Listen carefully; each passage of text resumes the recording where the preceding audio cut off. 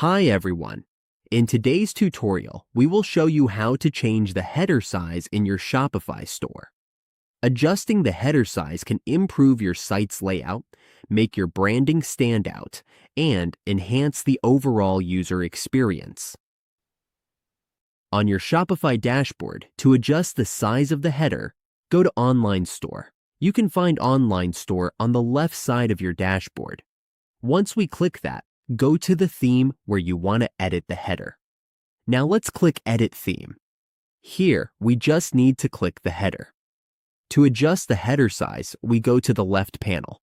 Scroll down and we will see the spacing options, such as the top and bottom paddings.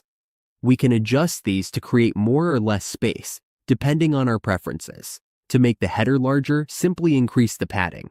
Now the header is bigger, and we can fine-tune it to match our preferences. Once we're done, just click Save. That's how we change the header size in your Shopify store. A well-sized header can make your store look more professional and easier to navigate.